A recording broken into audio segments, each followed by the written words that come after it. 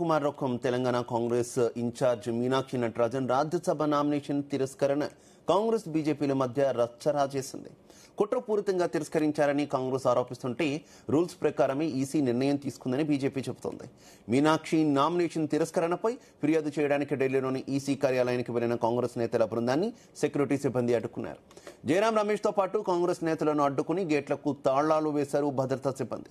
దీంతో సెక్యూరిటీ సిబ్బందితో జయరాం రమేష్ తీవ్ర వాగ్వాదానికి దిగారు.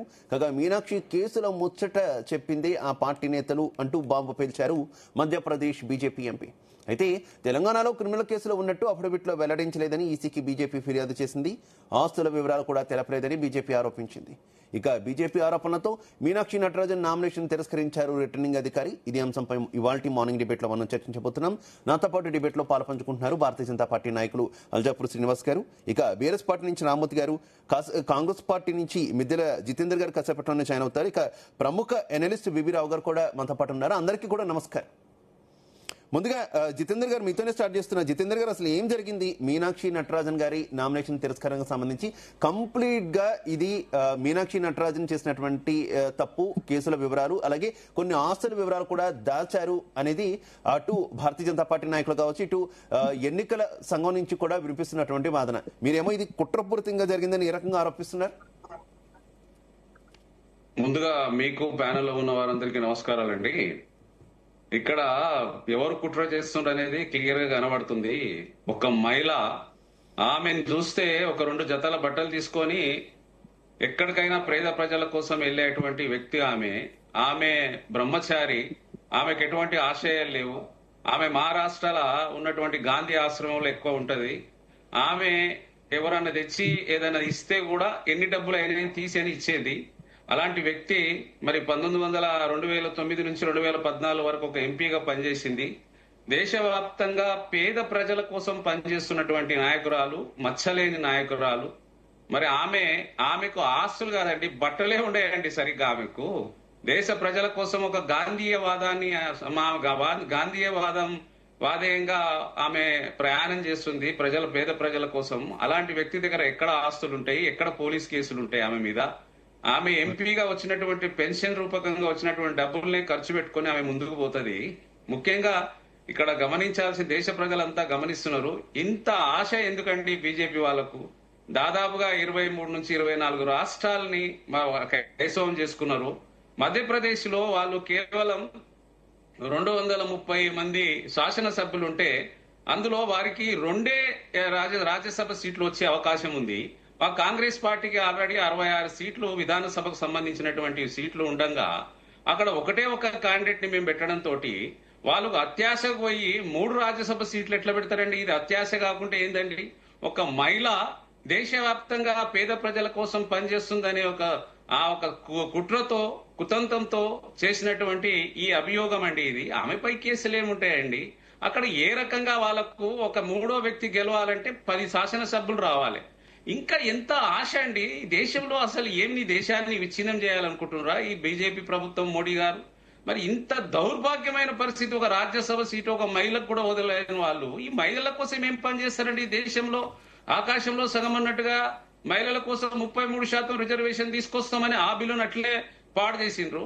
మరి ఈ రోజు చూస్తే ఒక మహిళ బలముండంగా 66 సీట్లు శాసనసభ్యులు ఉండంగా ఆడ గెలిచే అవకాశాలు ఉండంగా కాంగ్రెస్ పార్టీని, ఆమె దేశ స్థాయిలో పనిచేస్తున్నటువంటి మహిళకు అవకాశం కాంగ్రెస్ పార్టీని కల్పిస్తే ఆ అవకాశాన్ని కూడా లాక్కోవడం అనేది, ఈ ప్రయత్నం చేయడం అనేది చాలా దురదృష్టకరమైనది.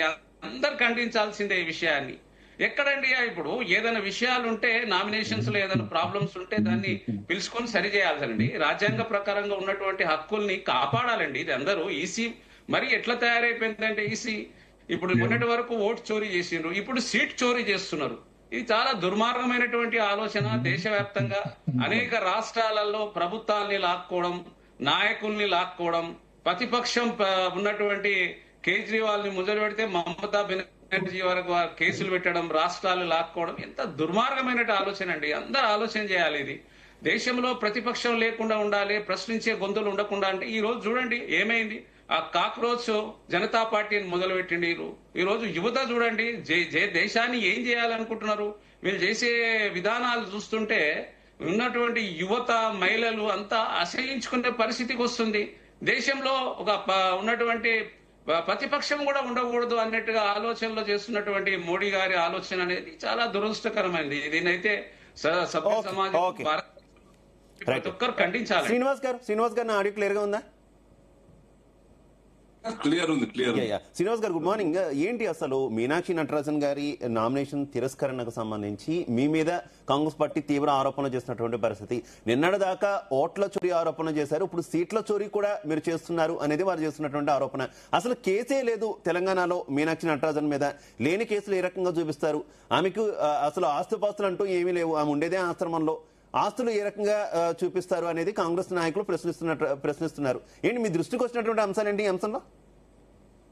ఇప్పుడు ఆ ఇష్యూ కాంగ్రెస్ పార్టీకి ఎలక్షన్ కమిషన్ కు సంబంధించిన విషయం మీరు అడిగిన దానికి జవాబు చెప్పాల్సిన జితేందర్ గారు, మహిళ కాబట్టి సీటు వదలాలి, పోటీ లేకుండా చేయాలి, ఒక్క రాజ్యసభ కూడా ఇవ్వకుంటే ఇట్లా అర్థం లేని మాటలు మాట్లాడతారు.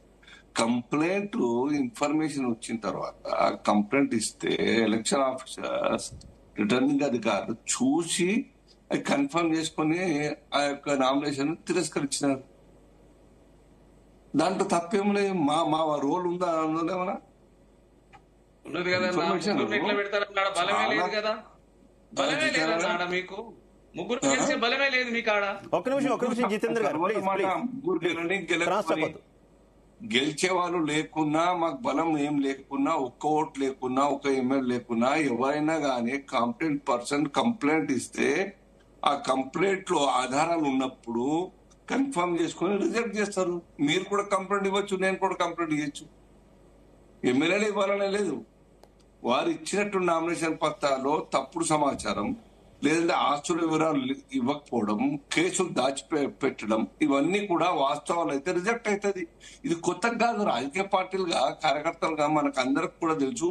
అనేక చిన్న స్థాయి నుంచి పెద్ద స్థాయి వరకు నామినేషన్ ప్రక్రియలో అన్ని తరోగా క్లీన్ గా అబ్జర్వ్ చేసి, మనతో కాకుంటే ఒక మన అడ్వకేట్ తోని నింపించి చెక్ చేసి ఫైల్ చేస్తాం కదా మనం. ఇది ఇంతటితో కాదు. ఇమ్మీడియట్ గా ఎలక్షన్ అయిన 4 రోజుల లోపల, 1 year లోపల లెక్కలు పెట్టాలి, సబ్మిట్ చేయాలి, దాన్ని అప్రూవల్ తీసుకోవాలి. చేయకుంటే మళ్ళీ 6 ఏళ్ల వరకు కాంటాక్ట్ చేసే అవకాశం ఉండదు. ఇది మీరు నేను పెట్టింది కాదుగా. అనేక దశాబ్దాలుగా రాజ్యాంగ పరంగా ఉన్నటువంటి ఒక వ్యవస్థలో భాగంగా ఎలక్షన్ కమిషన్ కు ఆ యొక్క సంక్రమించిన అధికారాలు, దాన్ని కూడా మాతో లింక్ పెట్టేట్లయితే జితేందర్ గారు, వారు మీ పార్టీ నాయకులు చేసుకున్న తప్పు. మా మధ్యప్రదేశ్ నాయకులు అయితే చెప్తున్నారు, కైలాస్ విజయవర్గ గారు, మాకైతే తెలియదు తెలంగాణలో ఏం జరిగిందో. అక్కడి నుంచే ఉప్పొందింది. తెలంగాణ కాంగ్రెస్ నాయకులు మాకు ఇన్ఫర్మేషన్ ఇచ్చినారు. శ్రీలత అనే ఒక అమ్మాయి మహిళ ఆ కేసు వేసింది, ఆ యొక్క వివరాలు చెప్పినారు. అలాగే ఆస్తుల గురించి రూపాయి ఉండని మీరు రాయలేదు, ఆస్తులు ఏం రాయలేదు కదా, ఏదో చిన్న ఇల్లు ఇంకా ఏదో ఉంటుంది బ్యాంక్ బ్యాలెన్స్, అదన్నా దాచినట్టయితే అది కూడా దాచినట్టే, అది చెప్పనట్టయితే. సో ఇది లీగల్ గా జరగాల్సిన ప్రక్రియను బీజేపీకి ఆపాదించద్దు. ఇది కాంగ్రెస్ పార్టీకి బలం ఉండవచ్చు కాక మరి జాగ్రత్త పడాలి కదా. 5 సీట్లు 10 సీట్లు ఎక్కున్నప్పుడు అన్ని రకాలుగా జాగ్రత్త పడి నామినేషన్ పూర్తి చేయాలి తప్ప మీరు చేసుకున్న పొరపాటును భారతీయ జనతా పార్టీ సీట్ చోరీ అని చెప్పి బదనాం చేయడం అంటే కాంగ్రెస్ పార్టీ దివాలా కోరుతరం. అంతకుముందు గోవా ఎలక్షన్లకు అదే జరిగింది. ఎమ్మెల్యే చేతిలో పెట్టుకొని 18-20 ఎమ్మెల్యే చేతిలో పెట్టుకొని ముందు అప్రోచ్ కాకపోవడం, లెటర్ రాసి ఇవ్వకపోవడంతో అక్కడ గవర్నమెంట్ మీరు పోగొట్టుకున్నారు. ఇవన్నీ కూడా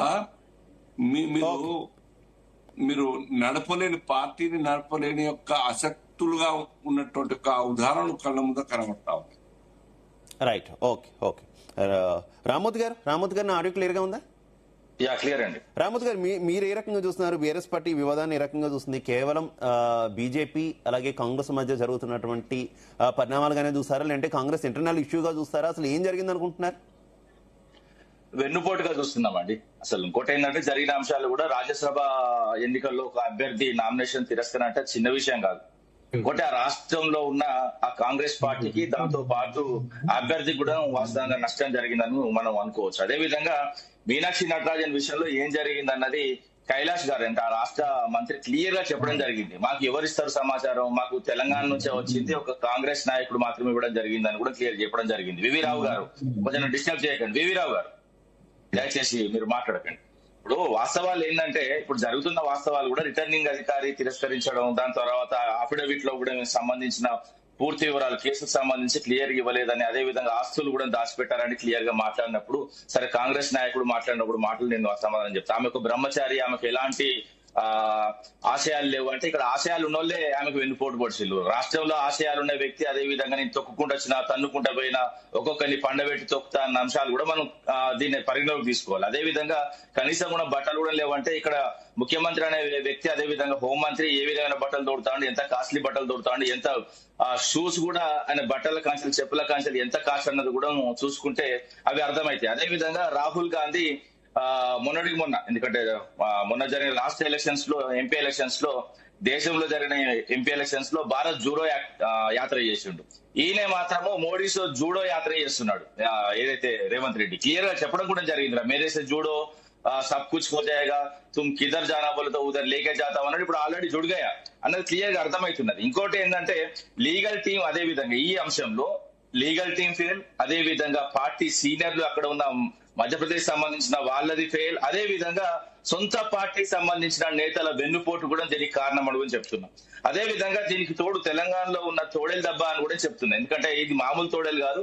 వాస్తవంగా ఏంటంటే రాష్ట్ర వ్యాప్తంగా జరుగుతున్న అన్ని ఎన్నికల్లో గానీ, అన్ని సందర్భాల్లో గానీ ఎవరికి ఎవరు సహాయం చేస్తున్నారు, ఏ విధంగా సహాయం చేసుకుంటూ మళ్ళీ కూడా చెప్తున్నారు, రాష్ట్రంలో జరిగేది మోడీ, రేవంత్ రెడ్డి, అదే విధంగా చంద్రబాబు పాలన, ముఖ్యంగా ఏదైతే ఎంసీఆర్ పాలన నడుస్తున్నది అన్నది కూడా నేను క్లియర్ గా చెప్పడం జరిగింది. అదే విధంగా మధ్యప్రదేశ్ లో 3 ఖాళీ ఏర్పడ్డ స్థానాల్లో ఆల్రెడీ ముగ్గురిని పెట్టినప్పుడు, బీజేపీ ముగ్గురిని పెట్టినప్పుడు అర్థం చేసుకోవాలి.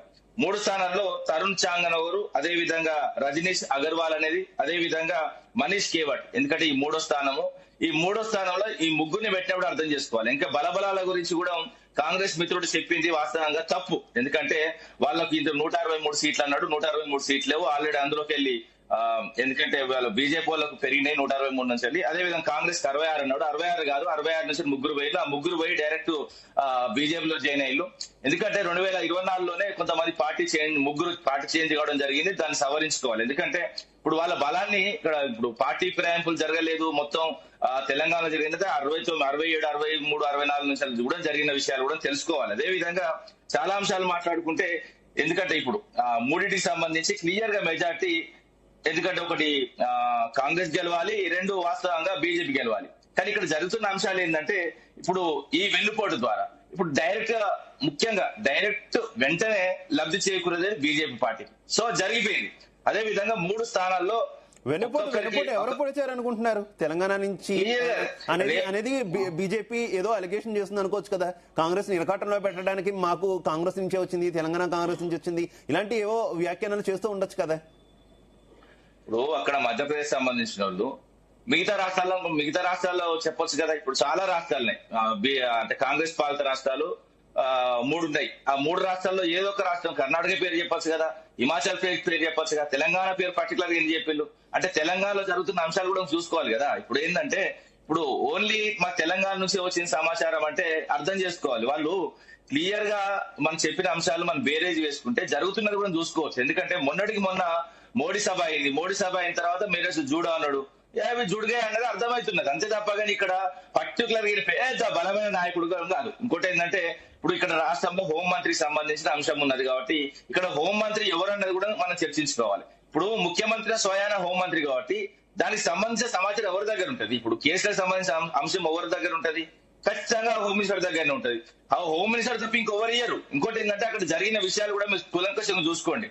ఒక ఏదైతే నామినేషన్ తిరస్కరణ గురైందంటే నింపే వ్యక్తి కానుంచి వెన్నుపోటు పొడిసే వ్యక్తి దగ్గర దాకా మొత్తం ఇన్ఫర్మేషన్ పాస్ అయింది. ఎందుకంటే నింపే వానికి మాత్రమే తెలుస్తుంది ఈ నింపింది ఏమేమి నింపిండు అన్న ఎవరికి చెప్పిండు, ఆ నింపిన తర్వాత ఎవరికి చెప్తే ఎవరి నుంచి సమాచారం బీజేపీకి అందింది అన్నది కూడా మాకు క్లియర్ చెప్పడం జరిగింది కదా. ఇప్పుడు ఈ కేసు విషయం దాచిపెట్టిళ్ళు, అదే విధంగా ఆస్తుల విషయం దాచిపెట్టిళ్ళు, ఆమెకి ఏం లేవు అని మాట్లాడుతున్నారు. కానీ ఆమెకి ఏమున్నాయో ఏం లేవు అనేది అలా మొత్తం కంప్లీట్ గా చేయలేదనే కదా. ఇప్పుడు ఏదైతే రాజ్యసభ సీట్ విషయంలో కేసులు ఉన్న వాళ్ళని కూడా వాస్తవంగా రాజ్యసభలో ఎన్నుకోవచ్చు, కానీ ఆ విషయాన్ని దాచిపెట్టి ఆ నామినేషన్ పత్రంలో ఖచ్చితంగా ఇంక్లూడ్ చేయాలి. సో ఇంక్లూడ్ చేయలేదు కాబట్టి ఇప్పుడు ఈ విధమైన దెబ్బ తాకింది. అదే విధంగా ఆ దెబ్బ మామూలు దెబ్బ కూడా కాదు, ఏదైతే బాహుబలిని కట్టప్ప ఎట్లా పొడిచిండో అన్నది ఇది కూడా సేమ్ అంతే.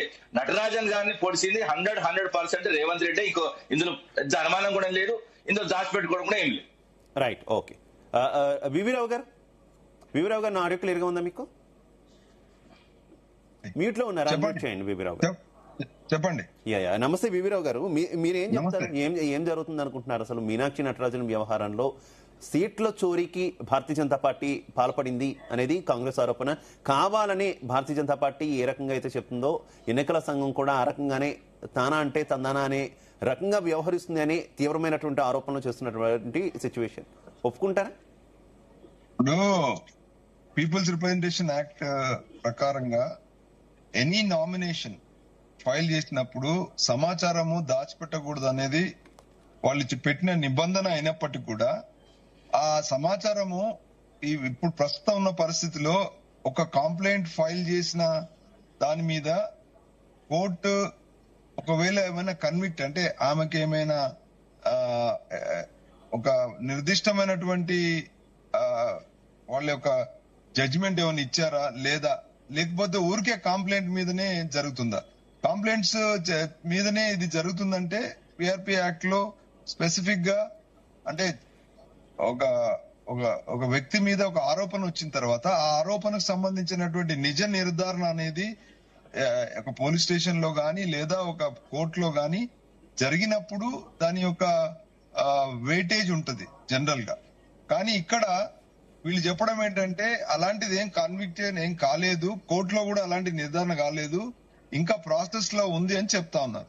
సో ఇది కేసు కన్విక్ట్ అయిందా లేకపోతే ఎన్ని కేసెస్ అంటే పొలిటికల్ గా కూడా వెంజెన్స్ కోసం పెట్టొచ్చు, లేదా ఒక వాళ్ళ పర్సనల్ ఇష్యూస్ కూడా ఒక పెట్టొచ్చు. కానీ ఇందులో ప్రధానంగా మనం ఆలోచించాల్సిందంటే ఇందులో నిజంగా ఏదైతే మన శిక్షా స్మృతి కింద ఇది అట్రాక్ట్ అవుతుందా లేదా అనేటువంటి నిజ నిర్ధారణ చేయాల్సినటువంటి బాధ్యత ఆ చేసే ముందు ఎలక్షన్ కమిషన్ ఒక నోటీస్ కూడా ఇవ్వాలి దీని డీటెయిల్స్ కోసం. అయితే ఎవరో ఒక అభ్యర్థి కంప్లైంట్ చేశాడు, బీజేపీ అభ్యర్థి, అపోజిషన్ పార్టీస్ కంపల్సరిగా చేస్తాయి, వాళ్ళ యొక్క అది వాళ్ళ బాధ్యత కూడా ఉంటుంది, ఎందుకంటే కొన్ని దాచి పెడితే చేయొచ్చు. కానీ ఎలక్షన్ కమిషన్ ఇక్కడ ఒక నిర్ణయం తీసుకునే ముందు ఒక అవకాశం కూడా కంటెస్టెంట్ కి ఇవ్వాలి. మరి అక్కడ ఇచ్చారా లేదా? కాంగ్రెస్ వాళ్ళు చెప్పడం ఏంటంటే ఇవ్వలేదని, వాళ్ళు ఏమంటున్నారంటే మరి మాకు మాత్రం నోటీస్ ఇస్తే మేము ఇచ్చేవాళ్ళమని. ఈ రకమైనటువంటి ఆర్గ్యుమెంట్ జరుగుతుంది. ఇంత రాజకీయం ఎక్కువ జరుగుతుంది తప్పితే వాస్తవంగా ఎలక్షన్ కమిషన్ లో జరిగినటువంటి అంశం మీద క్లారిటీ ఇంకా రాలేదు.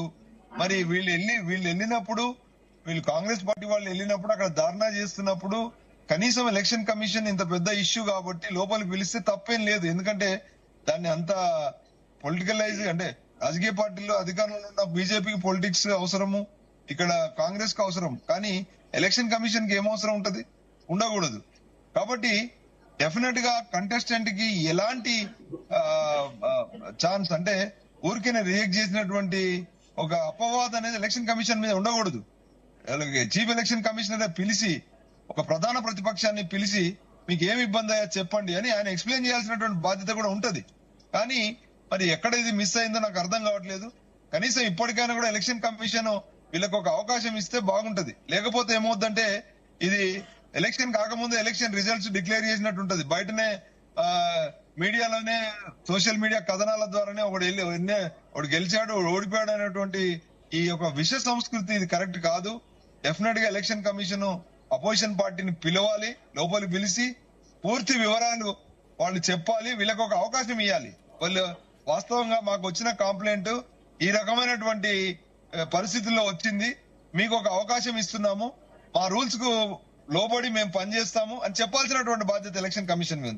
సో ఎలక్షన్ కమిషన్ ఈ రోజు పని చేయకపోవడానికి బీజేపీ ఎంతవరకు కారణము, లేకపోతే దాన్ని కాంగ్రెస్ ఎంతవరకు కారణం అనేది పక్కన పెడితే ఇక్కడ నిజ నిర్ధారణ కోసం ఎలక్షన్ కమిషన్ అనేది ఖచ్చితంగా ఒక ప్రెస్ స్టేట్మెంట్ ఇవ్వాలి.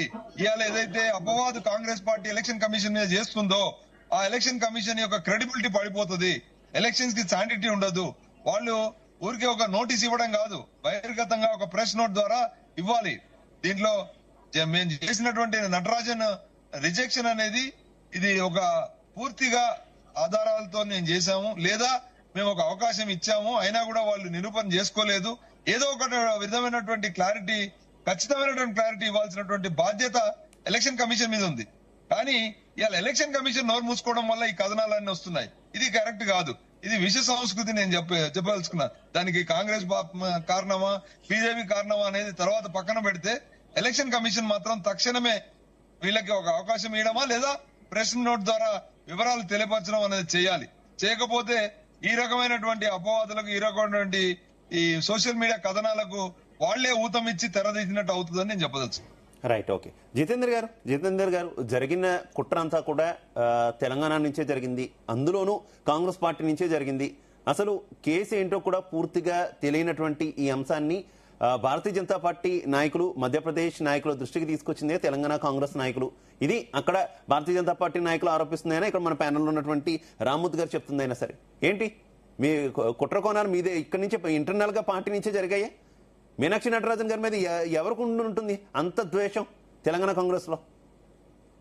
ఇది బట్టగాల్చి మీద వేసే రకంగా ఉందండి. స్వయాన ముఖ్యమంత్రి గారు, హోమ్ మినిస్టర్ గారు ఇవాళ నిన్ననే డిక్లేర్ చేసిండు, అసలు మీనాక్షి నటరాజన్ గారి మీద ఎటువంటి కేసులు లేవని ఓపెన్ గా చెప్తున్నారు. ఓపెన్ గా అందరు ఖండించారు, మంత్రులు ఖండించారు, సీఎం ఖండించారు. ఇది ఇంతకుముందు ఓటు చోరీ జరిగింది, ఇప్పుడు సీట్ చోరీ జరుగుతుంది అనేది ఓపెన్ గా కనబడుతుంది. కానీ ఇప్పుడు వాళ్ళకు 2 రాజ్యసభ సీట్లు వచ్చేది, 3 వ్యక్తులు పెట్టడం అనేది వాళ్ళకి ఓపెన్ గా కనబడుతున్నది.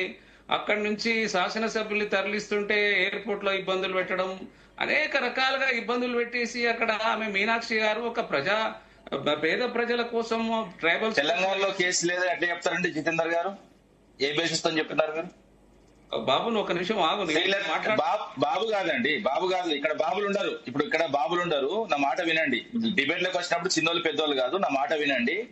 ఇప్పుడు ఏదైతే క్లియర్ గా శ్రీలత అనే వ్యక్తి కేసు పెట్టడం జరిగింది, దానికి బుక్ కూడా కావడం జరిగింది. 223 BNSS కింద కేసు ఆల్రెడీ బుక్ అయింది. మీరు అసలు తెలంగాణలో కేసు లేదని చెప్తున్నారు. ఇక కేసుకు సంబంధించిన అంశాలు కూడా నేను బయట పెడుతున్నా. ఇగో ఇది అదే నువ్వు మాట్లాడు బ్రదర్. ఎట్లా మాట్లాడతారండి? తప్పుగా మాట్లాడతారు. 2025 నాంపల్లి PS లో 2025లో కేసు బుక్ అయింది.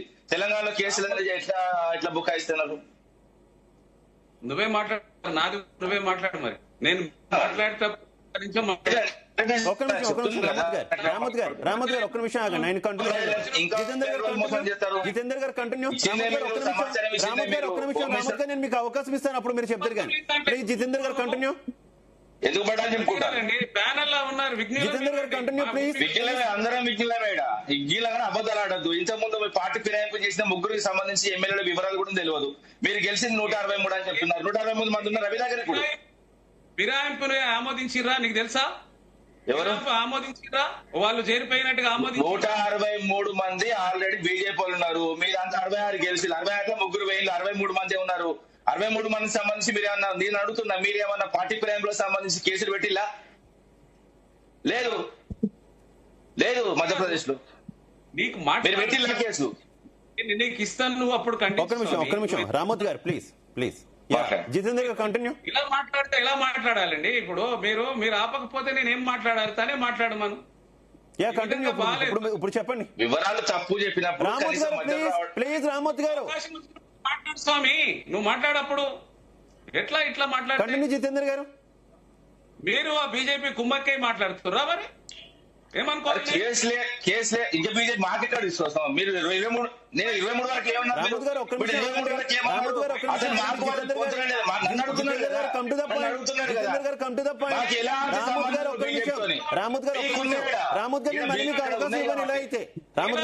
అవకాశం ఇవ్వలేదు ప్లీజ్. మీకు మీ పార్టీలకు అందుకే గౌరవం లేదు మహిళ గురించి. వ్యక్తిగతంగా మాట్లాడొద్దని చెప్తున్నా. జితేందర్ గారు కమ్ టు ద పాయింట్. మా పార్టీ గురించి నీకు హక్కే లేదు మాట్లాడడానికి. అవసరమైతే వేరే విషయాలు మాట్లాడి ఈ అంశాల్లో మాట్లాడు. మాకు వాళ్ళ దోషాలు ఎక్కడన్నది? అరే మోడీ చంద్రబాబు రామత్ గారు ప్లీజ్ ఒక్క నిమిషం. జితేందర్ గారు come to the point please. ఒకటండి, ఇప్పుడు అక్కడ అనేక రకాలుగా వాళ్ళ దురబుద్ధి అనేది మధ్యప్రదేశ్ లో ఓపెన్ గా కనబడుతుంది. అక్కడ ఉన్నటువంటి వాళ్ళు ఒక 2 సీట్లు రాజ్యసభ గెలిచే సీట్లని మూడో వ్యక్తిని ప్రవేశపెట్టి వాళ్ళకు 10 ఎమ్మెల్యే తక్కువన్నా కూడా వాళ్ళు ఒక దురబుద్ధితో కబ్జా చేయాలి, అక్కడ రాజ్యసభ సీట్ ని రానుండ కాంగ్రెస్ కు రాకుండా చేయాలన్నట్టుగా అనేక రకంగా ఇబ్బందులు పెట్టిండ్రాడ. వాళ్ళని ఎమ్మెల్యేలు తరలిస్తుంటే అక్కడ ఎయిర్పోర్ట్ లో కూడా వాళ్ళని రానియకుండా చేసిండ్రు. అనేక రకాలుగా ఇబ్బందులు పెడుతుండ్రు. దేశంలో అనేక సమస్యలు ఉన్నాయండి. మోడీ గారికి ఎంతసేపు ఆయన పరిపాలన కోసము, తర్వాత ఎంపీలు ఎమ్మెల్యేలు ఏ పార్టీ నుంచి గుంజుకోవడం కోసము. ఇప్పుడు ముఖ్యమంత్రి గారు స్వయాన చెప్పిండ్రు ఆమెపై తెలంగాణలో ఎటువంటి కేసులు లేవని. అది వెరిఫికేషన్ చేద్దాం, దాన్ని చూద్దాం. అది బయటికి తీసుకొస్తే ఎఫ్ఐఆర్ బుక్ అయితే బయటికి తీసుకొస్తారు దాన్ని. ముఖ్యమంత్రి గారు ఇవాళ పేపర్లో కూడా చూడండి స్వయానే చెప్పిండ్రు అసలు కేసే లేదని. ఇప్పుడు మాకు సంబంధించినటువంటి ఏఐసిసి నుంచి వచ్చినటువంటి జనరల్ సెక్రటరీ గారండి, వాళ్ళు ఒక మాజీ ఎంపీ, 5 సంవత్సరాలు ఆమె ఎంపీగా పనిచేసిన వ్యక్తి, అనేక సమస్యల మీద దేశవ్యాప్తంగా పోరాటం చేస్తున్న, ప్రజల పక్షాన పోరాటం చేస్తున్నటువంటి వ్యక్తిరాలు, ఒక మహిళ.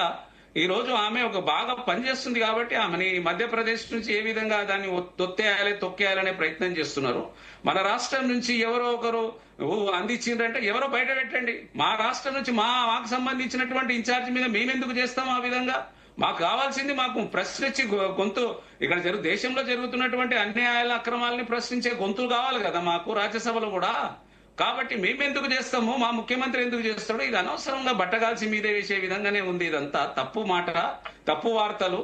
కాబట్టి ఇది మేము పూర్తిగా కాంగ్రెస్ పార్టీ ఇక్కడి నుంచే మధ్యప్రదేశ్ బీజేపీ వాళ్ళకు సపోర్ట్ చేసినట్టుగా ఈ వార్తలు రావడం అనేది పూర్తి నిరాధారమైనటువంటి వార్తలు. కానీ దేశవ్యాప్తంగా మరి అనేక సమస్యలు ఉన్నాయి. ఈ రోజు మరి చూస్తుంటే చూడండి, అయితే జితేందర్ గారు అసలు కేసే లేదు, కేవలం కోర్టు నోటీసే అని మీరు వాదిస్తున్నారు. ముఖ్యమంత్రి గారు కూడా వివరించినప్పుడు అదే వివరించినటువంటి పరిస్థితి. కానీ ఖచ్చితంగా కూడా కేసు ఉంది అని రామూర్తి గారు లాంటి వాళ్ళు చూపిస్తున్నటువంటి సిచ్యువేషన్. అసలు ఏంటి, అసలు ఆ కేసు గురించి చెప్పాలంటే ఏం చెప్తారు? ఇప్పుడు మేమేమంటున్నామంటే ఎలక్షన్ కమిషన్ అనేది చాలా రోజుల నుంచి ఏకపక్షంగా ప్రవర్తిస్తుందండి.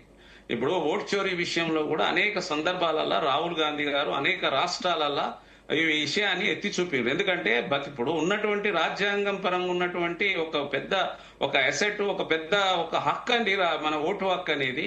ఇప్పుడు కర్ణాటకలో ఏ విధంగా జరిగింది, బీహార్లో ఏ విధంగా ఎన్ని లక్షల ఓట్లు తీసేసిండ్రు, మొన్న జరిగినటువంటి వెస్ట్ బెంగాల్లో ఏ విధంగా ఓట్లు తీసేసిండ్రు.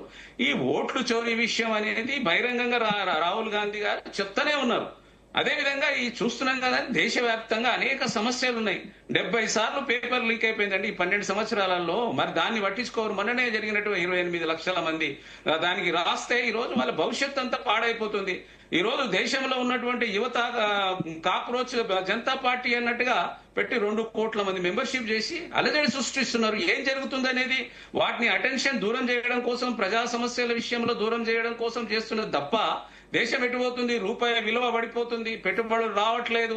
ఆ రోజు కాక్రోచ్ జనతా పార్టీని మీరు ప్రైజ్ చేయడం అంటే మీ వైఫల్యం మీరు ఒప్పుకున్నట్టే. జితేందర్ గారు, కాక్రోచ్ జనతా పార్టీని మీరు ప్రైజ్ చేయడం అంటే మీ వైఫల్యాన్ని మీరు ఒప్పుకున్నట్టే. ప్రతిపక్షమే కనుక స్ట్రాంగ్ గా ఉంటే, ప్రతిపక్ష నాయకుడే కనుక స్ట్రాంగ్ గా పోరాడితే మూడో పక్షం గానీ యువత గానీ రోడ్ల మీదకి రావాల్సిన అవసరం ఏముంటది? మీరు ఇప్పటికి ఇందాక ప్రస్తావించారు, ఇప్పుడు కూడా ప్రస్తావించారు కాబట్టి సిజేపీ గురించి నేను అడుగుతున్నా. ప్రజాస్వామ్య దేశం, ఎవరన్నా రావచ్చండి, ఎవరన్నా మాట్లాడచ్చు. ప్రజాస్వామ్య దేశం అండి ఇది. తమిళనాడులో ఏం జరిగిందండి, విజయ్ గెలుస్తుందని ఎవరైనా ఊహించిండ్రా? ఖచ్చితంగా ఎవరైనా రావచ్చు. కానీ మీరు కాంగ్రెస్ లీడర్ గా ఉంటూ మీ వైఫల్యాన్ని మీరే ఒప్పుకున్నట్టు కదా. అరే ఒప్పుకున్నట్టు కాదండి, ప్రజలు ప్రశ్నిస్తారండి. ప్రభుత్వం మాది కాదు కదా. ఈ రోజు కేంద్రంలో బీజేపీ ప్రభుత్వం ఉందండి, మా ప్రభుత్వం ఉన్నట్టుగా మాట్లాడతారండి. ప్రజాస్వామ్య వ్యవస్థలో ఉన్నటువంటి ఇండియాలో అలా రాజ్యాంగం ఇచ్చిన ప్రకారంగా ఎవరైనా ప్రశ్నించవచ్చు ఏం జరుగుతుంది అంటే. 70 సార్లు ఉన్నటువంటి పేపర్ లీకేజ్ అయినా కూడా ఏ యువత ఎవరు మాట్లాడకూడదా? దాన్ని మేము ఓడిపోయినట్ట అందరు ప్రశ్నిస్తారండి. నేను ఏం చెప్తున్నా, యువత ఏ విధంగా ఫ్రస్ట్రేషన్లకు వస్తున్నారో సమాజంలో జరుగుతున్న విషయాలపై అని ఒకటి ఎగ్జాంపుల్ చెప్తున్నా. నేను ఇక్కడ జరుపుతున్నటువంటి బీజేపీ వాళ్ళు చేస్తున్నటువంటి మోడీ గారి నాయకత్వంలో అట్టర్ ఫ్లాప్ అయిపోయింది అన్ని రంగాలలో. ఈ రోజు విదేశాంగ నీతిలో అట్టర్ ఫ్లాప్ అయిపోయింది. దేశంలో మనం చూసుకోవాల్సినటువంటి అభివృద్ధి విషయంలో అట్టర్ ఫ్లాప్ అయిపోయింది. అన్ని విధాలుగా బీజేపీ ప్రభుత్వం మోడీ గారి నాయకత్వంలో అంతా వాళ్ళు సమాధానం చెప్పాల్సిన అవసరం ఉంది దీంట్లో. అరే ఇప్పుడు ఉన్నట్టు ఒక మహిళని కూడా పోటీ చేయనీయకుండా ఇంత దౌర్భాగ్యం అండి. ఆ విధంగా అక్కడ ముగ్గురిని అసలు బలం లేకున్నా కూడా ముగ్గురిని పెట్టి ఉన్న కాంగ్రెస్ రాజ్యసభను కూడా లాగేసుకుందామని చెప్పడం అనేది ఎంతవరకు సమంజసం అండి? అది తప్పు కదా, అందరు ఖండించాల్సిందే. ఈ రోజు యువతలో దాదాపుగా దానికి వ్యతిరేకంగా అంతా ఉద్యమిస్తున్నారండి. వాటి విషయంలో చర్చించాలి, దాని విషయంలో. రైట్. శ్రీనివాస్ గారు అన్ని రంగాల్లో మోదీ సర్కార్ విఫలం చెందింది. ప్రస్తుతం దేశంలో చాలా ఇష్యూస్ ముందుకు వస్తున్నాయి. ముఖ్యంగా పేపర్ లీక్ అంశం కావచ్చు, సిజేపీ పేరుతో యూత్ చేస్తున్నటువంటి ప్రొటెస్టులు కావచ్చు, ఇవన్నీ కూడా వస్తున్నాయి. వాటన్నిటిని డైవర్ట్ చేయడానికి ఇలాంటి టాక్టిక్స్ కొన్ని భారతీయ జనతా పార్టీ ప్రదర్శిస్తుంది. వీటి మీద డిస్కషన్ వెళ్ళేలా చేస్తుంది అనేది జితేందర్ గారి ఆరోపణ. నిజమే? ఎవరిని అడిగారండి? మీరే శ్రీనివాస్ గారు, అల్జాపూర్ శ్రీనివాస్ గారు, ప్లీజ్ కంటిన్యూ. మ్యూట్ ఉంది వాళ్ళది. శ్రీనివాస్ గారు, మీకే క్వశ్చన్ ప్లీజ్. కాంగ్రెస్ పార్టీకి కనీసం నామినేషన్ పత్రాలు కూడా నింపేటువంటి ఒక పరిస్థితి లేదు.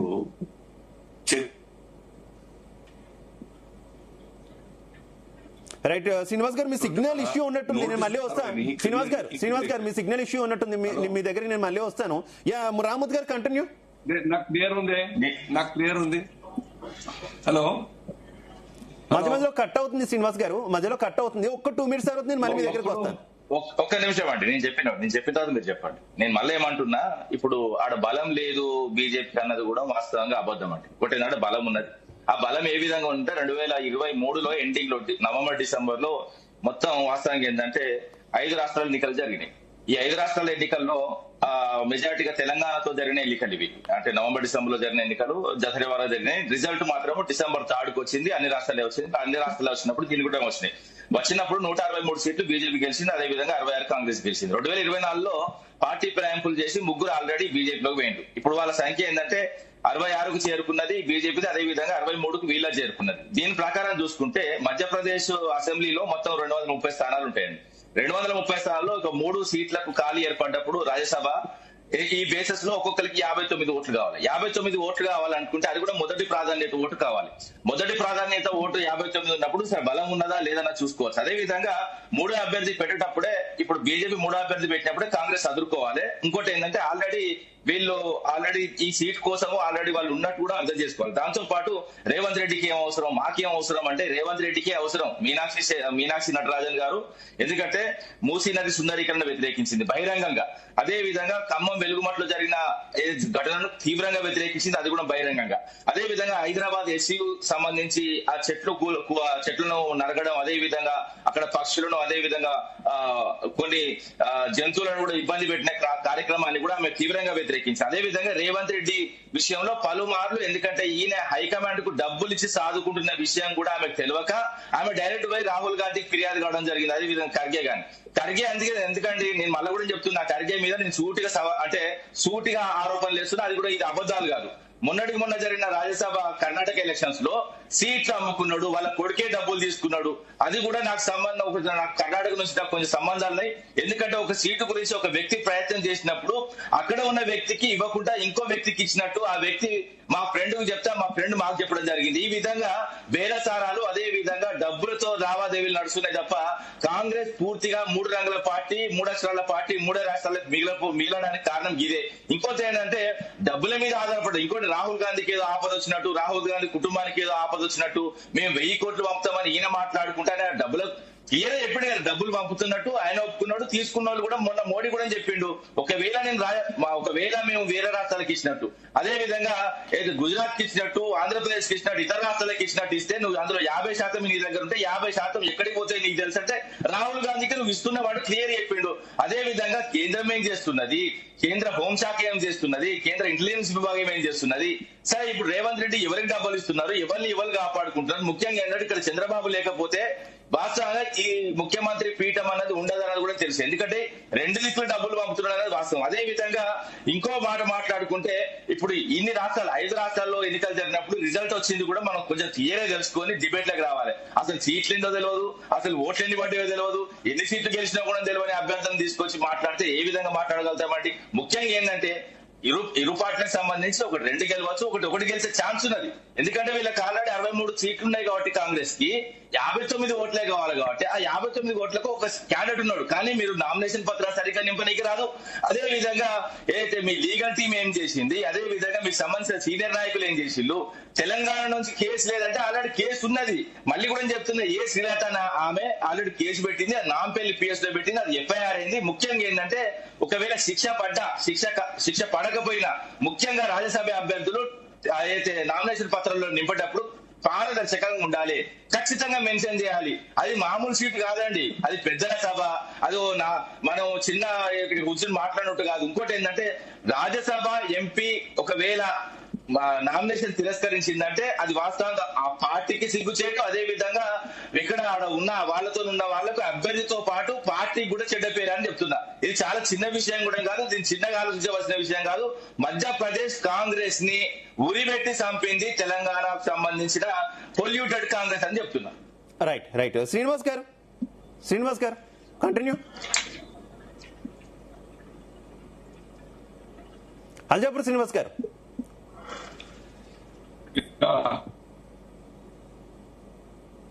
హలో, శ్రీనివాస్ గారు కంటిన్యూ ప్లీజ్. Technical problem.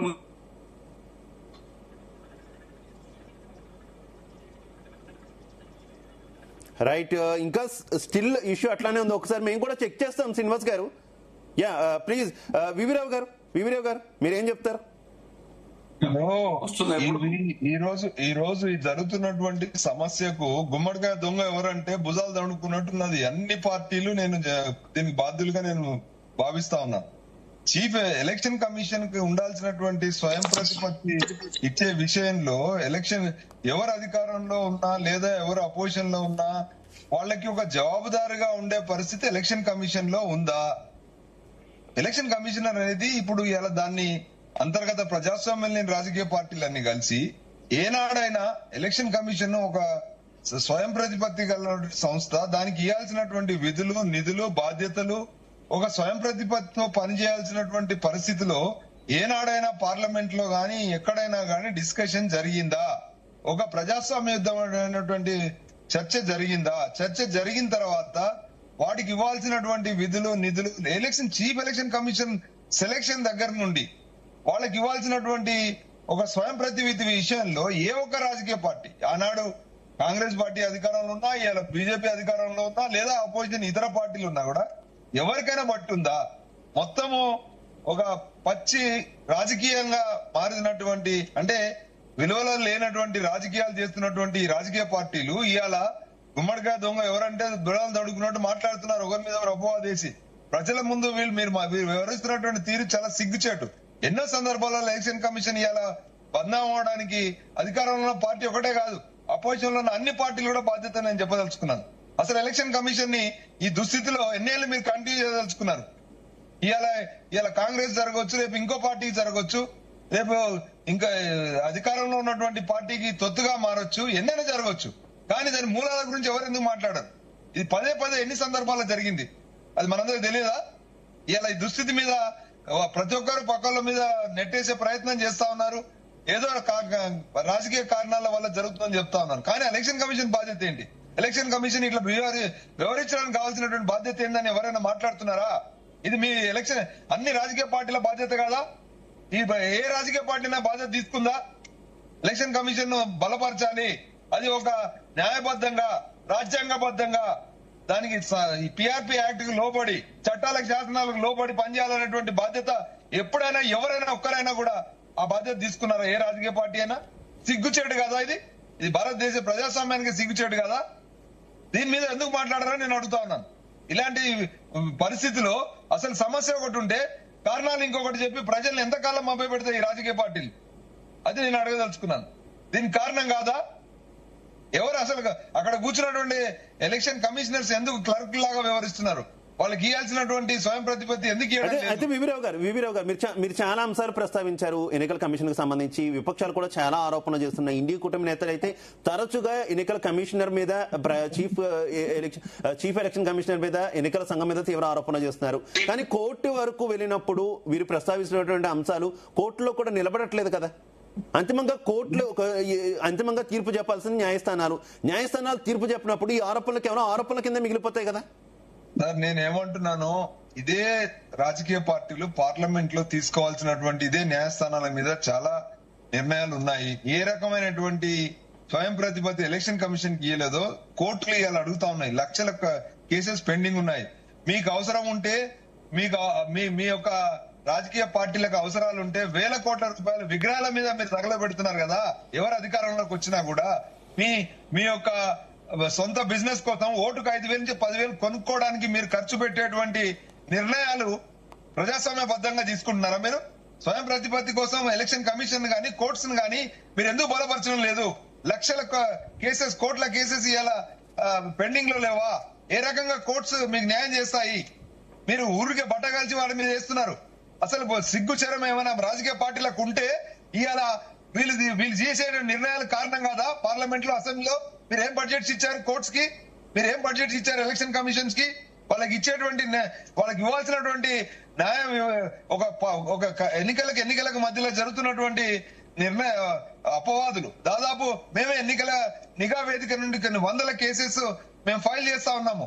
కానీ ఎలక్షన్ కమిషన్ ఎందుకు దాన్ని నిజ నిర్ధారణ చేయడానికి కావాల్సినటువంటి ఒక వ్యవస్థను, ఆ వ్యవస్థకు సంబంధించినటువంటి డబ్బులు గాని బడ్జెట్స్ గాని పార్లమెంట్ లో, అసెంబ్లీలో చర్చించి ఇస్తున్నారా? దీని మీద ఏ పార్టీ ఎందుకు మాట్లాడదు? ఏమాత్రం మీకు సిగ్గు శరం ఉన్నా మాట్లాడాలి కదా. మరి ఇలా కోర్ట్స్ కూడా అంతే కదా. కోర్ట్స్ కు మీరు ఇవ్వాల్సినటువంటి బడ్జెట్ ఎంత అని నేను అడుగుతా ఉన్నాను. ఒక్క విగ్రహానికి మీరు పెట్టే ఖర్చుల పావులు అంత కాదు, రూపాయి ఎంత ఇచ్చారా? ఇది ఏ సక్సెస్ఫుల్ ప్రజాస్వామ్య దేశాలు ఎక్కడైనా జరిగిందా? ఇవాళ అమెరికాలో కానీ వెస్టర్న్ కంట్రీస్ మనం కాపీ కొడతా ఉన్నాం. డాలర్ వాల్యూ అని మనం చుట్టూ తిరుగుతా ఉన్నాం. కానీ మనం ఎక్కడైనా మనం నిజంగా వాళ్ళ ఇటువంటి విషయాలలో, చట్టబద్ధమైనటువంటి శాసనపరమైనటువంటి విషయాలలో ఎందుకు ఇంత సిగ్గుచేటుగా మనం వ్యవహరిస్తున్నామని ఎవరైనా డిస్కస్ చేయడానికి అవకాశం ఉందా ఈ దేశంలో? లేదు కదా. లేనప్పుడు సమాధానాలు ఎక్కడి నుంచి వస్తాయి? Right, okay. జితేంద్ర గారు, ప్రజాస్వామ్యం కూని అయిపోయింది, ఎన్నికల కమిషన్ ఈ రకంగా వ్యవహరిస్తుంది, భారతీయ జనతా పార్టీకి పదవీకాంక్ష ఎక్కువైపోయింది, ప్రతి రాష్ట్రంలో ఈ రకంగా ప్రవర్తిస్తుంది, ఈ తరహా ఆరోపణలన్నీ మీతో పాటు కాంగ్రెస్ పార్టీ నాయకులంతా చేస్తున్నారు. కానీ గతంలో కాంగ్రెస్ పార్టీ ఏం చేసింది అనేటటువంటి ప్రశ్నలను భారతీయ జనతా పార్టీ నాయకులు కూడా రేస్ చేసినటువంటి పరిస్థితి. అసలు ప్రజాస్వామ్యాన్ని కూని చేసిందే కాంగ్రెస్ పార్టీ అనే విధంగా వారు ఆరోపణలు గుప్పిస్తున్నారు. గతంలో రాష్ట్ర ప్రభుత్వాల విషయంలో కావచ్చు, గవర్నర్ల వైఖరి కావచ్చు, ఇవన్నీ కూడా మళ్ళీ వాళ్ళు తెర మీదకి తీసుకొస్తున్నటువంటి పరిస్థితి. ఏం చెప్తారు? ఒకటండి, ఇప్పుడు ప్రజాస్వామ్య వ్యవస్థ బతికుండాలనే మరి అందరూ కోరుకోవాలి. ఇప్పుడు సరే కాంగ్రెస్ పార్టీ చేసిందని అభియోగాలు, మరి వీళ్ళు ఎందుకు చేస్తున్నారండి? వీళ్ళు ప్రజాస్వామ్యాన్ని నిలబెడతామని వస్తున్నారు కదా, ప్రజలు వీళ్ళకి అవకాశం ఇచ్చారు కదా, మరి వీళ్ళు చేయొచ్చు కదా. ఎందుకు ప్రజాస్వామ్యాన్ని కూలీ చేస్తున్నారు? అసలు ఎలక్షన్ వ్యవస్థనే మొత్తం తప్పుదారి పట్టించి మరీ మూర్ఖంగా తయారు చేసేసిండ్రు. ఇప్పుడు ఆ ఎలక్షన్ కమిషనర్ ఎట్లా అయిపోయిందంటే బీజేపీకి ఒక ఏజెంట్ గా తయారైపోయిండు. ప్రతిపక్ష నాయకుడుగా ప్రధాని తర్వాత ఉన్నటువంటి ఒక ప్రతిపక్ష నాయకుడు, అంత హోదా ఉన్న వ్యక్తికి ఎలక్షన్లలో జరుగుతున్నటువంటి, ఎలక్షన్ కమిషన్ లో జరుగుతున్నటువంటి లోపాలు, ఎక్కడ ఓట్ల విషయంలో జరుగుతున్నటువంటి ప్రాబ్లమ్స్ ని ఒక ప్రతిపక్ష నాయకుడుగా రాహుల్ గాంధీ గారు తీసుకొచ్చి ఒక స్క్రీన్ పెట్టి తెలియజేసి ఎక్కడెక్కడ ఏమేం ప్రాబ్లాలు జరుగుతున్నాయి, ఎక్కడెక్కడ లోపాలు జరుగుతున్నాయి అంటే ఒక పార్టీ, ఒక నాయకుడుగా ఎలక్షన్ కమిషనర్ ని తయారు చేసి వాళ్ళతోటి స్టేట్మెంట్లు ఇప్పిస్తున్నారు వెనక నుంచి. ఇది ఎక్కడ న్యాయం అండి ఇదంతా? వీళ్లకు ప్రజలు ఇప్పుడు దాదాపుగా 12 సంవత్సరాలు అయిపోయింది, అవకాశం ఇచ్చిండ్రు. మొత్తం ఈ దేశాన్ని వీళ్ళే ఉద్ధరించినట్టుగా ఈ బీజేపీ ప్రభుత్వం వచ్చి 12 సంవత్సరాలు మొత్తం దేశాన్ని ఉద్ధరించినట్టుగా మాట్లాడితే ఎట్లాంటిది? కాబట్టి ఈ దేశాన్ని ఆ రోజు స్వతంత్ర పోరాటంలో 1947లో నుంచి ఈ రోజు వరకు అనేక రకాలుగా ప్రధానమంత్రులు పనిచేసి ఈ రోజు కాంగ్రెస్ పార్టీ ప్రధానమంత్రులు చేస్తేనే కదా ఈ రోజు వరకు ఇక్కడికి వచ్చింది ఈ దేశం అనేది. అన్ని రంగాలు, శాస్త్ర సాంకేతిక రంగాలు అందించింది కూడా కాంగ్రెస్ పార్టీ కదా, ప్రభుత్వాలే కదా. ఎక్కడ చేసిండండి? ఏ వ్యవస్థని నిలబెట్టలేదు, ఏ వ్యవస్థని డెవలప్ చేయలేదండి. పూర్తిగా విఫలమైపోయింది 12 సంవత్సరాలలో అన్నిట్లలో. ఏ విషయాల్లో వీళ్ళు గొప్పగా చెప్పగలుగుతారండి? ఏం చేయగలిగారండి? ఆ రోజు నుంచి పునాది లేచిన దాని మీద వీళ్ళు భవనాలు నిర్మించారు తప్ప వీళ్ళు ఏం చేసింది ఏమీ లేదు. ఇక్కడ మోడీ గారు అట్టర్ ఫ్లాప్ అయిపోయారు, ఏమీ లేదు. ఎలక్షన్ కమిషనర్ ని వాళ్ళ ఒక సొంత వాళ్ళకు ఉన్నటువంటి ఒక మెంటల్ ఆర్గనైజేషన్ టైప్ చేసేసుకున్నారు దాన్ని. అక్కడ ఏదైనా రాహుల్ గాంధీ గారు మాట్లాడితే మరి వెళ్లి మాట్లాడి అక్కడ ఉన్నటువంటి ఎక్కడైతే సమావేశం ఏర్పాటు చేసినప్పుడు ఆ కమిషనర్ వెళ్లి మాట్లాడాలి కదండి ఒక ప్రతిపక్ష నాయకుడితోటి. వాళ్ళకు బాధ్యత ఉంది కదా. అన్ని రాష్ట్రాలలో ఓట్ల చోరీ, లక్షల ఓట్లు తీసేసుడు నిర్దాక్షిణ్యంగా హడావిడిగా చేస్తారు. ఎలక్షన్ రాగానే ఒక 2 నెలల ముందో నెల ముందో మొదలు పెడతారు. అదే 6 నెలల్లో సంవత్సరం ముందో SIR ని ముందు పెట్టేసేసి ఓటు హక్కు అనేది పవర్ఫుల్ అనేటువంటి ఆయుధం మన భారతదేశంలో, ఈ ప్రపంచ దేశాలలో జరుగుతున్నట్టు.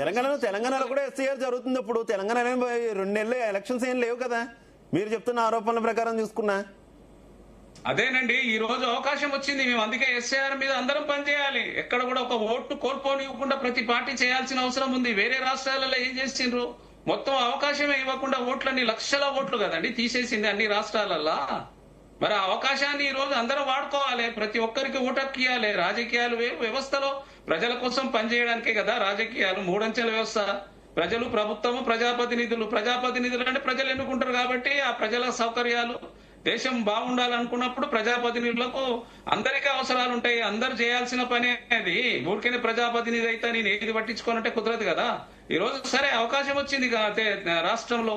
ఈ రోజు అన్ని ఒక ఓటు కూడా నష్టపోకుండా ఉన్న వాళ్ళందరినీ సరిచేసాల్సిన అవసరం ఉంది. కాబట్టి దాని మీద మేము కాంగ్రెస్ పార్టీ కూడా నిర్ణయం తీసుకున్నాం. ఈ మధ్య కాలంలో నేను కూడా PSC సభ్యుడిని. నేను అందులో కూర్చున్నప్పుడు SIR మీద ముఖ్యమంత్రి గారు, మంత్రులు, మేమంతా కలిసి చూసినాం. మేము అక్కడ అంతా ఈ విషయంలో ఖచ్చితంగా ఒక్క ఓటు కూడా పోకుండా ఆ ఉన్నటువంటి ఓట్లను అందరినీ అవకాశం ఇచ్చే విధంగా పనిచేయాలన్నట్టుగా మాకు ముఖ్యమంత్రి గారు PCC ఆదేశాలు ఇచ్చిండ్రు. ఆ విధంగానే మేము గ్రౌండ్ స్థాయిలో పనిచేస్తున్నామండి. కానీ ఎలక్షన్ సంఘం అనేది ఈ విధంగా చేయడం అనేది బాధాకరం.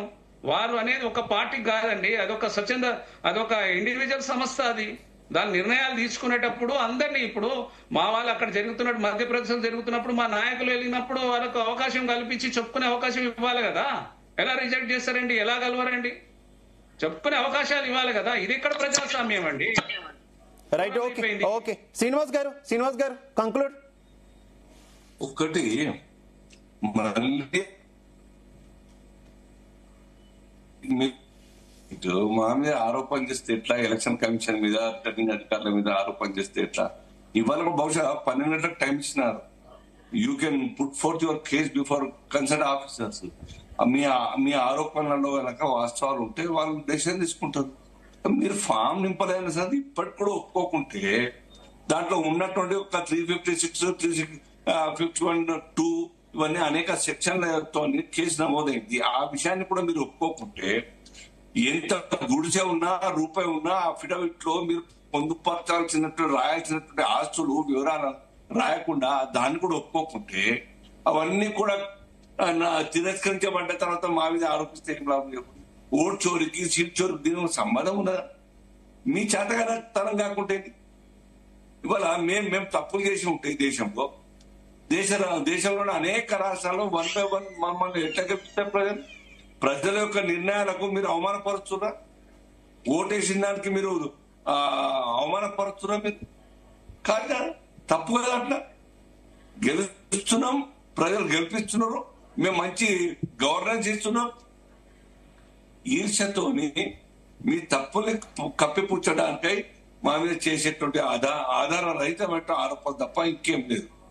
కాంగ్రెస్ పార్టీ చేసినారు చాలు. మీరు చెప్తున్నారు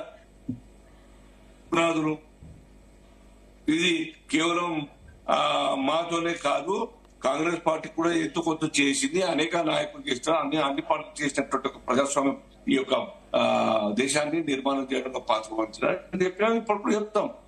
కానీ మీలోని శాంక్టిటీ, మీలోని నిజాయితీ, అవుట్పుట్ తీసుకురావడం చేసే ప్రయత్నం లేని కారణంగా జపాన్ తో వెనుకబడ్డం, ఇజ్రాయెల్ తో వెనుకబడ్డం, చైనాతో వెనుకబడ్డం, జర్మనీతో వెనుకబడ్డం. 54 సంవత్సరాలు ఒక్కడిగారంట 5.5 దశాబ్దాలుగా కాంగ్రెస్ పార్టీ దేశాన్ని పాలించింది. దేనికోసం? Just to gain power with you ఉంది. అంతే, పవర్ లో ఉండాలి మీరు. వరకు కాదు దేశాన్ని దానికన్నా అది ఇవాళ అనవడతలేదు. చెప్పండి, మీ ఇంట్లో మీ కుటుంబ అడగండి ఎట్లయితున్నాయి. లేదంటే హౌసింగ్ సెక్టార్ ఏమైంది, పవర్ సెక్టార్ ఏమైంది, లేదంటే ఎయిర్పోర్ట్స్ ఏమైంది, రైల్వే స్టేషన్, అనేక రకాలైన డెవలప్మెంట్ యాక్టివిటీస్ కళ్ళ ముందర మన కుటుంబ సభ్యులు చెప్తారు. కమ్యూనిస్ట్ పార్టీల కుటుంబ సభ్యులు బాగా మార్పు వచ్చిందండి, పాత కాలంలో పాత సర్కాలు ఈ రకాలు చేయలేదండి అని చెప్పుకుంటారు. మీరు ఒప్పుకోకండి బయట, కానీ అంతరాత్మ కూడా రైట్ ఓకే. రామోద్ గారు కంక్లూడ్. ఓట్ చోరీ గురించి వాస్తవంగా కాంగ్రెస్ కు మాట్లాడే నైతిక బాధ్యత కూడా లేదు క్లియర్ గా. ఎందుకంటే నోటుకు ఓటు కింద ఒక కేసు బుక్ అయిన వ్యక్తికి ఆ పార్టీ పగ్గాలు అదే విధంగా రాష్ట్ర పగ్గాలు అప్పయ్యపడమే పెద్ద తప్పు. అదే విధంగా ప్రజాస్వామ్యాన్ని అపహాస్యం చేసి దాదాపు 54 ఏళ్ళు ఇంతకుముందు సీనన్న కూడా అని చెప్పడం జరిగింది. 54 సంవత్సరాలు పైసీలకు పరిపాలించిన కాంగ్రెస్ పార్టీ ఎడ్డి కాలంలో ప్రజల్ని ఏ విధంగా మోసం చేసిందన్నది కూడా మన కోకొల్లలుగా తెలుస్తాయి. ఎందుకంటే బ్యాలెట్ బాక్స్ లో ఎత్తుకపోయిన ఘటనలు కానీ, లేకపోతే రిగ్గింగ్ చేసి గెలిచిన ఘటనలు కానీ గిన్ని ఉన్నాయి. వాస్తవంగా నా నెత్తిలో ఎన్ని ఎన్నికలు ఉన్నాయో గన్ని ఉన్నాయి. అలాంటి పరిస్థితుల్లో ఇప్పుడు 54 ఏళ్ళు అయితే దేశాన్ని మోసం చేసి వెనుకకు నెట్టి, అదే విధంగా ఇప్పుడు వచ్చిన పార్టీకి, అదే విధంగా బీజేపీ పార్టీకి, వాస్తవంగా కాంగ్రెస్ పార్టీకి రెండింటికి కూడా ఓట్ చోరీ గురించి మాట్లాడే నైతిక బాధ్యత కూడా లేదు, హక్కు కూడా లేదు. ముఖ్యంగా ఏం జరుగుతుందంటే ఇప్పుడు ఇక్కడ జరిగిన ఎన్నికలు వాస్తవంగా ఆ మూడింటికి సంబంధించిన అంశంలో ఇప్పుడు మనం మాట్లాడుకుంటున్నాం కాబట్టి ఈ మూడింటి విషయంలో ఓటు చోరీకి సంబంధించి ఎలాంటి జైంట్ లేవు, దాని గురించి మాట్లాడాల్సిన అవసరం కూడా లేదు. ఎందుకంటే ప్రజాస్వామ్యంలో ఒక 3 ఖాళీలు ఏర్పడ్డప్పుడు ఆ 3 ఖాళీలకు సంబంధించి 3 అభ్యర్థులు బీజేపీ పెట్టుకునేది, ఒక అభ్యర్థిని ఎందుకంటే వాళ్ళ ఉన్న బలం ఒక్కరికే కాబట్టి ఆ ఒక్క బలానికి సంబంధించి కాంగ్రెస్ పెట్టుకున్నది. కానీ ఒక్క కాంగ్రెస్ అభ్యర్థిని కూడా వాళ్ళ సొంత పార్టీ నేతలు వెన్నుపోటు పొడిచిందని నేననలేదు, మీరనలేదు, ఎవరనలేదు. ఆ రాష్ట్రానికి సంబంధించిన మంత్రే, బీజేపీకి సంబంధించిన మంత్రి క్లియర్ గా చెప్పడం జరిగింది. మాకు తెలంగాణ నుంచి ఇన్ఫర్మేషన్ వచ్చింది, ఆ ఇన్ఫర్మేషన్ కూడా ఒక వ్యక్తి ఇచ్చిండు, ఆ వ్యక్తి ఎవరో కనుక్కోండి. బీజేపీ పార్టీ ఇప్పుడు కేంద్రంలో ఉన్నది కాబట్టి, రాష్ట్రంలో కాంగ్రెస్ ఉన్నది కాబట్టి ఇద్దరు బాయ్ కాబట్టి ఇద్దరు కలిసి వెతకండి. లేకపోతే ఈ బాయ్ ఆ బాయ్కి ఏదైతే సహాయం చేసిండ అన్నది క్లియర్ గా అర్థమవుతుంది. ఎంత దాచుకున్నా, ఎంత వాస్తవంగా చెద్దరి కింద కప్పి పెట్టినా కూడా క్లియర్ గా తెలిసిపోతుంది. అది నిబురు కప్పిన నిప్పు కాదు. అదే విధంగా కంప్లీట్ గా ఓపెన్ గా ఉన్న నిజమే, అంతే తప్ప కానీ ఇక్కడ ఏ పార్టీ కూడా అవసరం లేదండి. ఇప్పుడు క్లియర్ గా చెప్పాలంటే చాలా క్లుప్తంగా అంశం ఏంటంటే మధ్యప్రదేశ్ లో జరిగిన ఈ 3 సంబంధించిన ఎన్నికలకు ఇతర పార్టీలకు ఎవరికి సంబంధం లేదు. ఓన్లీ కాంగ్రెస్ కు బీజేపీకి సంబంధం.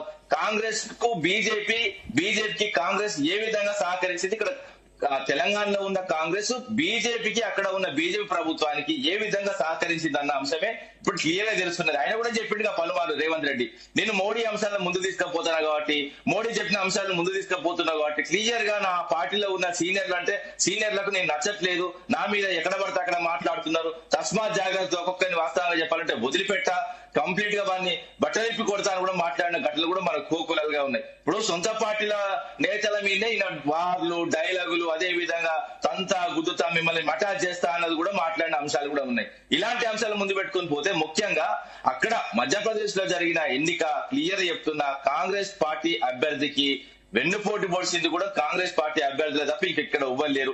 ఆ అవసరం కూడా ఏ పార్టీలకు అవసరం, దేశంలో ఉన్న ఏ రాజకీయ పార్టీకి అవసరం లేని విషయం. ఎందుకంటే ఓన్లీ అది మధ్యప్రదేశ్ సంబంధించిన విషయం. అదే విధంగా ఇక్కడ కేసున్న విషయం, ఇక్కడ హోంమంత్రి ఎవరు, స్వయాన ముఖ్యమంత్రి. సో ముఖ్యమంత్రి తప్ప ఇంకా ఎవరికి కూడా ఇక్కడ ఈ అంశాలు బయటకు వచ్చే అంశాలు కూడా లేవు. మళ్ళీ ఏంటంటే ఆ ఫాములు నింపింది కూడా కాంగ్రెస్ సంబంధించిన లీగల్ సెల్ వాళ్ళు, అదే విధంగా సీనియర్ నాయకులు. ఆ వాస్తవంగా తిరస్కరణకు గురైందంటే వాస్తవంగా వాళ్ళందరి పేర్లు ఇతర పార్టీల మీద నెట్టడం అన్నది దుర్మార్గమైన చర్య. అదే విధంగా ఇక్కడ కాంగ్రెస్ పార్టీని మళ్ళీ కూడా చెప్తున్నా, రాష్ట్రంలో మిత్రుడు, దేశంలో శత్రులు. నువ్వు కొట్టినట్టు చేయి, నేను యాక్టింగ్ చేస్తా, అంతే తప్ప ఇంకేం లేదు. దేశంలో మొత్తం కంప్లీట్ గా మన ఇద్దరం కొట్లాడుకున్నట్టు చేస్తావు, రాష్ట్రంలో మాత్రం ఏ జాయిలో గజ్జాయి. ఆ విధంగా నేను ఎక్కడ తీసుకపోతా అక్కడ తీసుకపోతా అని క్లియర్ గా స్టేజ్ల మీద చెప్పుకున్న అంశాలు. ముఖ్యంగా ఏంటంటే రాష్ట్రంలో కూడా క్లియర్ గా ఉప ఎన్నికలు వచ్చినప్పుడు కూడా కాంగ్రెస్ పార్టీ బీజేపీతో ఎట్లా కలిసి పనిచేసిందో కూడా చూసుకోవచ్చు. ఎందుకంటే ఇప్పుడు హుజరాబాద్ ఎన్నికలు కానీ, అదే విధంగా భువనగిరి, వరంగల్, అదే విధంగా హైదరాబాద్ దారిలో భువనగిరి ఉంటుంది, అక్కడ చైర్మన్, వైస్ చైర్మన్ పదవులు కూడా పంచుకున్నారు. అదే విధంగా మొన్న మున్సిపాలిటీ ఎన్నికలకు కూడా అదే విధంగా కలిసి పనిచేసిండు. ఆ అభ్యర్థులను వీలు తీసుకొని చైర్మన్ పదవి, వైస్ చైర్మన్ పదవులు కూడా పంచుకున్న చూస్తున్నాం. ఎందుకంటే ఇప్పుడు ప్రజలు ఎవరు వాస్తవంగా గుడ్డిగా లేరు.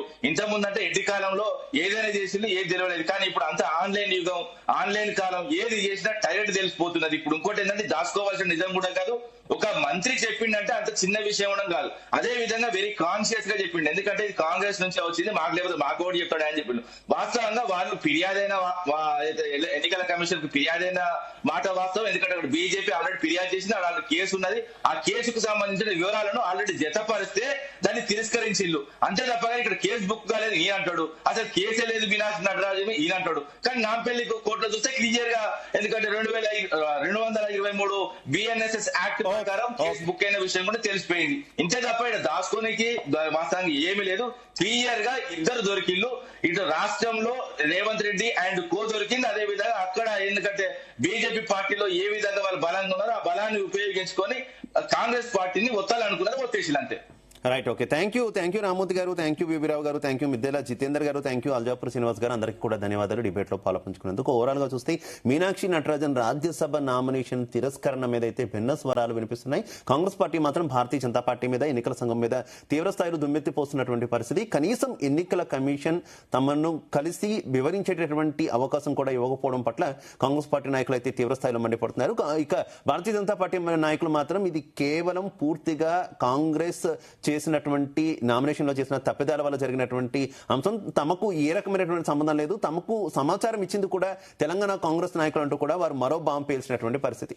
చూద్దాం ఈ వివాదం ఎంతవరకు వెళ్తుంది, కోర్టుకు వెళ్తే ఏమైనా మీనాక్షి నటరాజన్కు ఊరట లభిస్తుందా లేదా అన్న దానికి సంబంధించి. ఇది వాటి debate. Keep watching Zee Telugu news. నమస్తే.